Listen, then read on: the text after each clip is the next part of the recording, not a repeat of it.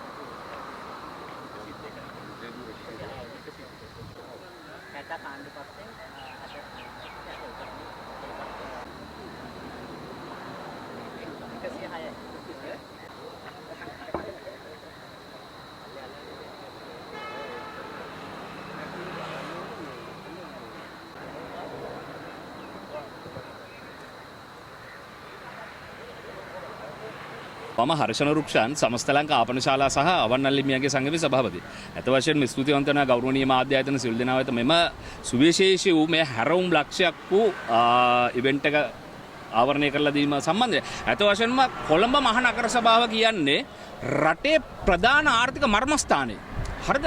මෙතන සිදුවෙන දේවල් පාකින් මාෆියාව ප්‍රබල වශයෙන් ගලි බවුසරේ ගලිය අදින්න ගියොත් එහෙම සල්ලි ඕනේ. 2 කුණු ටික අස් කරන්න ක්‍රමවේදයක් නැහැ. 3 කුණු ටික ක්‍රමවේදයකට අස් කරනවා කුණු ලොරියට සල්ලි දෙනවා නම්. හරිද? ඒ වගේ මිනිස්සුන්ගේ අයිතිවාසිකම් උල්ලංඝනය කරන ප්‍රධාන මර්මස්ථානයක් වෙලා තියෙනවා මේ කොළඹ මහනගර සභාව. දැන් ඇවිල්ලා තියෙනවා අවුරුදු 6කට පස්සේ නගර සභාවේ නගරාධිපති, උපනගරාධිපති සහ මෙම්බර්ස්ලා මන්ත්‍රීගොල්ලෝ තෝරන ඡන්දේ. එතකොට අපි ඉල්ලා සිටිනවා සිවිල් සමාජ ක්‍රියාකාරකයන් විදිහට අපි ඔක්කොම මේ පෙළ ගැහිලා ආණ්ඩු පක්ෂයෙන් දැන් නගරාධිපති තුමියක් ඉදිරිපත් කළා තියෙනවා. විපක්ෂයෙන් ඉන්නවා එරන් වික්‍රමරත්න මහත්තයා. ස්වාධීන කණ්ඩායම් වලින් ඉදිරිපත් වෙලා තියෙනවා. ටැක්ටරෙන් අසේල සම්පත් කියන මිනිස්සයා ඉදිරිපත් වෙලා තියෙනවා. මේ ඔක්කොම නගරාධිපති ධූර අපේක්ෂකයන්ට අපි ආරාධනා කරනවා 29 වෙනිදා හවස 3ට ඉදි වෙන මෙම ස්ථානයේ ඉදි වෙන වේදිකාවට එන්න කියලා ආරාධනා කරනවා. මොකද එතන අපි එහෙම හැම පාරම කරන්නේ මිනිස්සුන්ගෙන් කතරේ ගහ ගන්න මේගොල්ලන් මාරනවා අවුරුදු 5කට පස්සේ එනවා. මේකට එන්නේ හිඟන්න වගේ ගොඩක් മന്ത്രിගොල්ලෝ. හරිද? මදුරුව බයික් එක පදන් ආපු മന്ത്രിගොල්ලෝ අවුරුදු 5 ඉවරලා මේකෙන් යන්නේ මොන්ටරෝ එකේ. ඒ කියන්නේ බදු සල්ලි හොඳට වංචා කරන ස්ථානය. අපි ආරාධනා කරනවා. අපිට අවුරුදු 5 10 ව දෙන්න බෑ දැන්. හරිද? අපි වැඩලා තියෙන රටක්. අපි කියනවා නගරාධිපති ධූර අපේක්ෂිකාවන් සිල් දෙනාට 29 වෙනිදා හවස 3ට ඉදි වෙන මෙතන ඉදි වෙන මේ වේදිකාවට එන්න ඇවිල්ලි ඉවරලා සිවිල් සමාජ ක්‍රියාකාරකයන් විදියට අපි අහන මේ ප්‍රශ්න වලට උත්තර දෙන්න. නගරාධිපතිතුමියක් උදාහරණයක් විදියට අපි ඊළඟ නගරාධිපතිගෙන් අහන ප්‍රශ්න ටිකක් කියන්නම්කෝ. නැත්තම් අහින්න මොනවද අහන්නේ මුන් අපි අමාරු වෙදා ඉද්දන්න නැහැ කියලා. පාකින් මාෆියාවට මොනවද කරන්නේ? හරිද? මේක ඇතුලේ තියෙන පූර්ව ළමා විර සංවර්ධන නර්සරිස් කරනවා නගර සභාවෙන්. එව්ව කොහොමද සංවර්ධනය කරන්නේ? කෙටි කාලින මාස 3ක ප්‍රොජෙක්ට් එකක් ඕගලන් අපිට දෙන්න. ඊට පස්සේ මේක ඇතුලේ තියෙනවා වෙනවා බෙහෙත් සායන. නගර සභාවෙන් පරිපාලනය වෙන බෙහෙත් සායන. ඒ බෙහෙත් සායන වලට කොහොමද වෙන්නේ? කඩ කාමර තියෙනවා නගර සභාවෙන් පාලනය වෙන. ඒ කඩ කාමර වල මුදල් අය කරගන්න ක්‍රමවේද කොහොමද? අයිතින් පවරන ක්‍රමවේද කොහොමද? එහා සමානව ගලි බවුසරේ ගලිය අදින්න මොකක්ද තියෙන ක්‍රමවේදය? සල්ලි දැන් යනවා වගේම සල්ලි දීලා යන ක්‍රමවේදයක්ද තියෙන්නේ නැත්නම් හරියටම ලිස්ට් අවුට් වෙලා වැඩේ කරන ක්‍රමවේදයක්ද? මම ලැසිල් ද සිල්වා අවසාන වරට සේවය කරේ බරපතල දූෂණ වංචා හා ජනාධිපති කොමිසමේ. ඇත්තටම අපි කාලයක් තිස්සේ දැක්කා විශේෂයෙන් මේ රාජ්‍ය ආයතන තුල පාර්ලිමේන්තුවේ ඉඳලා පළාත් සභාව වෙන්න පුළුවන්, ඒ වගේම ප්‍රාදේශීය මට්ටමේ තියෙන කොළඹ නගර සභාව, ඒ වගේම විවිධ පළාත් ප්‍රාදේශීය සභාව වෙන්න පුළුවන් අතිශයින්ම දූෂිතයි. ඒ වගේම ඒ දූෂිත වෙන්න තව හේතුවක් තමයි පැහැදිලිවම මේ නාම යෝජනා ලබා දීමේදී මේගොල්ලෝ කටයුතු කරන්නේ තමන්ගේ කිසියම් විදියකට හිතවත් උන්ට. ඒ නිසා ජනතාවට ඒ සේවාවක් වෙන්නේ නැහැ. ඒ සේවාව පැහැදිලිවම ඒ තමන්ගේ පක්ෂයට දැන් රනිල් වික්‍රමසිංහ 2017 දී මේ සංඛ්‍යාව වැඩි කරා. දැන් 119ක් ඉන්නවා. ඇත්ත වශයෙන් ඉස්සර මම හිතන්නේ එකෙන් භාගයක් පමණ හිටියේ. මේක රට පුරාම තියෙන අර්බුදයක්. මොකද හේතුව 8000 ගණනක් ඉන්නවා ඒ සියලුම മന്ത്രി සංඛ්‍යාව. හැබැයි මේ නඩත්තු කරනවා වගේම අපිට තියෙන රටේ අර්බුදය තමයි මහජන නියෝජිතයෝ මේ පළාත් සභාව වෙන්න පුළුවන් ප්‍රාදේශ සභාව වෙන්න පාර්ලිමේන්තුව වෙන්න පුළුවන්. මේගොල්ලෝ අපි පත් කරාට පස්සේ අපිට වගවීමක් නැහැ. වගවීමක් නැති ක්‍රමවේදය තුල මේගොල්ලෝ ඊ타මත්ම බරපතල විදියට වාහනයක් නැවැත්තුවම කොළඹ නගරේ කොළඹ පැහැදිලිවම වාණිජ නගරය. ඒ වගේම ඉස්සර පරිපාලන නගරය. නමුත් වාණිජ නගරය තුල විවිධ අකටයුතු අක්‍රමිකතා සිද්ධ වෙද්දී මේගොල්ලෝ ඇස් වහගෙන ඉන්නවා. අපි කියන්නේ රටක් හැටියට ගත්තොත් මේ කොළඹ ඉතිහාසය වගේ මේ ලංකාවේ ඉතිහාසය සම්පූර්ණයෙන් විකෘති කරලා තියෙන මේ සියලුම දෙනා කාලයක් තිස්සේ. මම කියන්නේ 76 වසරක් කියලා. මොකද හේතුව අපිට ශක්තිමත් පරිපාලන යාන්ත්‍රණයක් සූල්බරි ආණ්ඩුක්‍රම ව්‍යවස්ථාව යටතේ DSN නායක මහත්තයා ඒ වගේ කාණ්ඩ දුන්නා. අද වෙලා තියෙන්නේ පැහැදිලිවම රටේ පාලනයක් නැති පාලනයක් නොකරන. මොකද හේතුව මේවට පත්වෙච්ච ගොඩාක් දෙනා ඉතිහාසයේ පාලනයක් නොකරපු පුද්ගලයෝ පාලනයක් නොදන්න පුද්ගලයෝ මොකද දේශපාලන හෙන්චයෝ. හැබැයි ප්‍රධාන පෙළේ යම්කිසි අවබෝධයක් තියෙන එහෙම නැත්නම් දේශපාලනික වශයෙන් රටේ ප්‍රධාන පක්ෂ වලින් ආවා ඒගොල්ලොත් කරේ ගසා කෑම විතරයි. මම ප්‍රදීප් චාල්ස් ස්වයං රැකියා වෙළඳ ව්‍යාපාරිකයන්ගේ සංගමේ සභාපති. විශේෂයෙන්ම අද මේ ෆයිල් ටික ඔක්කොම මෙතනට අරගෙන ආවේ ෆයිල් 400ක් තියෙනවා කොළඹ මහනගර සභාවේ පිළිබඳව තියෙන හොරකම් දූෂණ වංචා සහ නගර සභාවෙන් කොච්චර මුදල් ගහලා තියෙනවද ජනතා ප්‍රතිපාදන කොච්චර විනාශ කරලා තියෙනවද කියන සියලු තොරතුරු වාර්තා දත්ත ටික අරගෙන තමයි අද කොළඹ මහනගර සභාව ඉදිරියට ආවේ. මොකද මේ ලයිලයියේ හැමෝම සූදානම් වෙනවා ඡන්දයකට.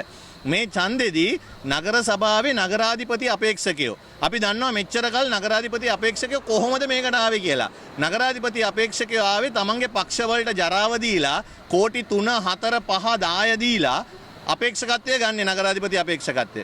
එහෙම නගරාධිපති අපේක්ෂකත්වය අරගෙන ඇවිල්ලා නගර සභාව මේ අන්ධයාගේ බූදලේ ඇතුලේ ඉඳගෙන සල්ලි අම්බ කරලා අවසානයේ ගෙදර යනකොට නගරාධිපතිගේ ෆොටෝ එක විතරක් ලොකුවට ගාලා යනවා. කොළඹ පාලවට කරපු දෙයක් නැහැ. කොළඹ පාලව ගත්තම අංක 1 කොටුව. කොටුවට කරන්න දෙයක් නැහැ. පිට කොටුව ගත්තම පිට කොටුවේ ලොකු දේවල් කරන්න දෙයක් නැහැ. ඒතර කොල්ලු පිටේ බම්බල පිටේ වැල්ලවත්ත ගත්තම අඩු ආදායම්ලාභී ජනතාව අඩුයි. එතකොට නගර සභාවෙන් සේවය තියෙන්නේ කොළඹ 10ක් වගේ සුළු ප්‍රමාණයකට.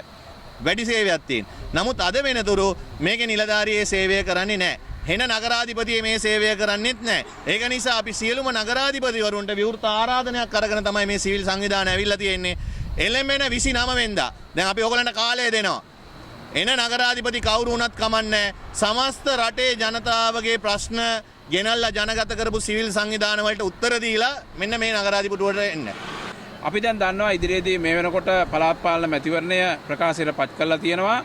එතකොට අපි මේ රටේ වෙනසක් කරන්න බලාපොරොත්තු වුණ අරගලෙන් පස්සේ මේ රටේ වෙනස දැන් ඇති වෙමින් යනවා. ඒ ගැන අපි ලොකු සතුටකින් ඉන්නවා. එතකොට අද දිනේදී අපි මෙතන කොළඹ මහනගර සභාවෙන් මේ පටන් ගන්නේ සිවිල් ක්‍රියාකාරී සිවිල් සංවිධාන රාශියක් වශයෙන් මෙතන අද යම්කිසි අපි මේක ඉක්මනින්ම සූදානම් කරගත්ත වැඩසටහනක් ඉතා දීර්ඝකාලීන කරපු වැඩක් නෙවෙයි. දවස් දෙකක් ඇතුළත වගේ තමයි මේ තීරණයට අපි එළමුනේ මේ වගේ වැඩක් කළා රට දැනුවත් කරන්න ඕන රටේ ජනතාව දැනුවත් කරන්න ඡන්දදායක දැනුවත් කරන්න ඕන කියන තැනින් ඉඳන් සිවිල් ක්‍රියාකාරීන් වශයෙන් කළ යුතු දෙයක් නිසා තමයි මේ ඉක්මනින් මේක යොදාගත්තේ. එතකොට මේ පළාත් පාලන මැතිවරණය මුළු ලංකාවම ක්‍රියාත්මක වෙනවා. මහනගර සභා, නගර සභා, ප්‍රාදේශීය සභා මට්ටමේ මේ මැතිවරණය පැවැත්වෙන්නේ. එතකොට අපි කියනවා අපි උදාහරණයක් වශයෙන් මේ කොළඹ මහනගර සභාවෙන් අද පටන් ගත්තේ අපි මේ රටට ආදර්ශයක් දෙනවා කතා කරලා කියනවා ඡන්දදායකයාගේ වගකීම කරන්න තියෙන ක්‍රමය මොකද්ද? අපි මෙතෙක් කල් වසර 76ක් ඡන්දෙ දීලා පැත්තකට බලාගෙන ඉඳපු නිසා තමයි අපිට මේ බංකොලොත් රටක් බවට මේ ලංකාවපත් උනේ.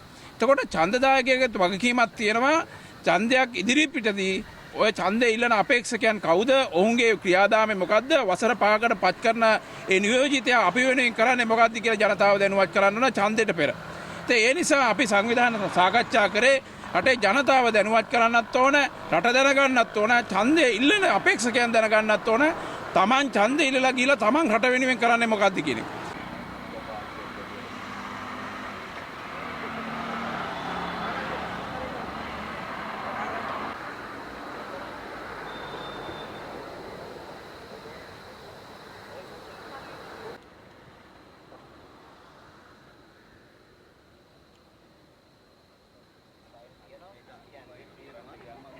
ෆයිල් ටික ඔක්කොම තියෙනවා.